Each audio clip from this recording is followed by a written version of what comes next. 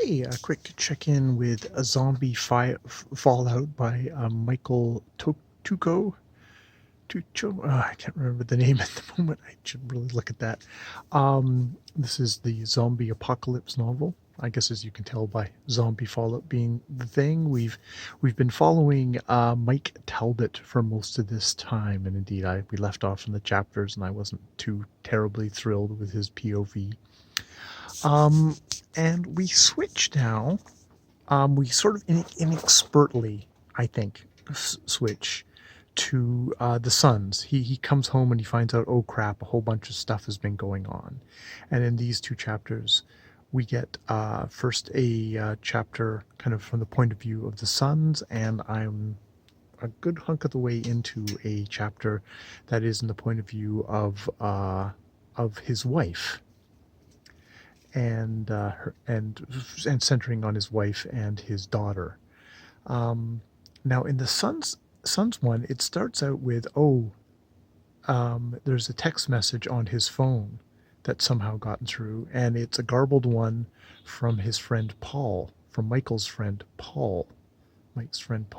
And the thing with this chapter is that we get it starting off with Justin's point of view, his middle son's point of view, except we in the middle of this thing, oh, it's a thing from his friend, from Mike's friend Paul, and we go, yes, Mike was friends with Paul, and they were best friends, and they were really kind of they were close, but then Paul moved away, but and it kind of goes through all their personal history, and it's like suddenly you realize, oh, in the middle of starting this chapter from Justin's point of view, we suddenly swerve back into Mike's point of view to kind of do all the backfill of the history of why Uncle Paul, as he is termed, is so important, and that the guys are gonna the two sons and their sister's boyfriend and Tommy are gonna go off and find him and rescue him, and his turns out him and his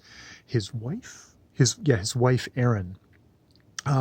But to do that, they kind of suddenly swing back into Mike's POV for a little bit and then back out again.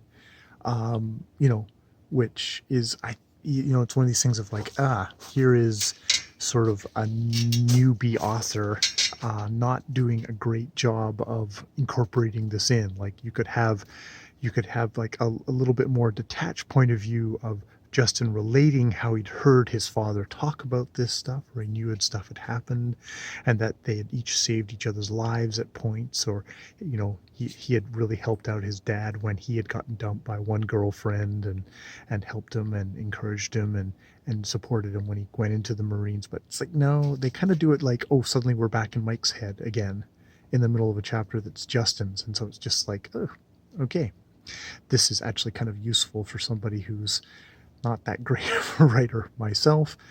Going into NaNoWriMo, it's like, oh, okay, this is somebody who is also not obviously at the top of his form, doing, actually having self-published and, gotten people to read his stuff for enjoyment. It's like, oh, okay, so there's something to keep in mind of kind of a classic newbie author mistake that probably, if it wasn't, I'm assuming if it wasn't self-published, would have gotten probably more edited out, more polished. So you get a chance to sort of see something a little less polished that way. And indeed, there's a lot of stuff in this novel where people growl, or they snap fiercely, or they do a lot of stuff which is like, this is why they don't like a lot of times they just say, just you said, don't add on a lot of descriptors on dialogue stuff, because it does really come off pretty clunkily. And you can also see that in some of the language.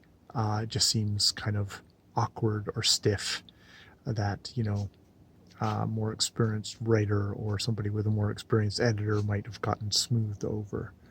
But and so we go along with the story with, yes, and Tommy again is the magic simple person who apparently got woken up by Ryan Seacrest to go find Tootsie Rolls or something like that. But he says like, oh, I need to come along, and indeed he seems to use his magic powers to lead them to where Paul's house is, because they didn't actually, the two sons didn't know exactly where he lived, just seems kind of odd in itself. But he leads them there, and he says like, and they turn off the car, and he says, you probably should have left it on.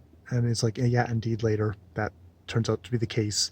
They rescue Paul and Aaron, but the car won't start when the guy who Brendan says like has the heroic plan to lead those zombies away, but he doesn't leave the keys with them. They have to stand there like chumps until he comes running back with all the zombies on his tail and jumps into the car, jams the car in, the keys into the car, versus here's the keys, get the car started, and we can just zoom off the second I show up. It's like, okay, they really did not plan that very well, but they're dumb kids, so I guess you can take that.